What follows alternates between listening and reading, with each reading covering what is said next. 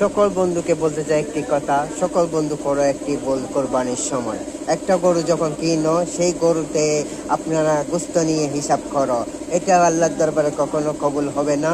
সবল থেকে একটা সুন্দর থেকে গরু কিনো।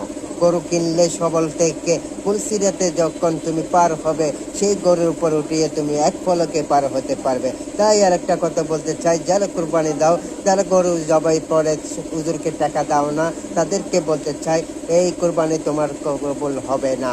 তাই বলে হুজুরকে প্রাপ্য দিয়ে দিবেন, হুজুরকে বকশিশ দিয়ে দিবেন। তারপরে আরেকটা কথা বলতে চাই, তোমরা গরু জবাই করে গরিব দুঃখীকে দাও হাড্ডি, এইটা আল্লাহর দরবারে কখনো পছন্দ হয় না জানি। সেই জন্য বলতে চাই, যত গরু গোশতের সব কিছু অংশ থেকে সব কিছু ভাগ করে আত্মীয় স্বজনকে দিবেন, গরিব দুঃখীকে অসহায়কে দিবেন। তারপরে তোমার কুরবানি আল্লাহর দরবারে কবুল হবে।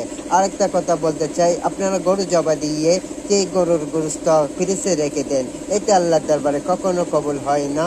আল্লাহ রাব্বুল আলামিন বলেছে, আগে গরিব দুঃখীকে সাহায্য করো, তারপরে আত্মীয় স্বজনকে সাহায্য করো, তারপর ফাতিয়া দিয়ে এগুলো গরু গোশতগুলো গরিব দুঃখীকে খাওয়াও, তারপরে আপনি ফ্রিজে রাখেন, এটা আপনার ব্যাপার। তাই বলতে চাই বন্ধুরা, সঠিকভাবে কোরবানি দেন, আল্লাহর মহান দরবারে কবুল হবে কোরবানি। তাই আমার কথাগুলো আপনারা মেনে চলবেন, এটা আমার অদমের কথা বলছি। বলেন।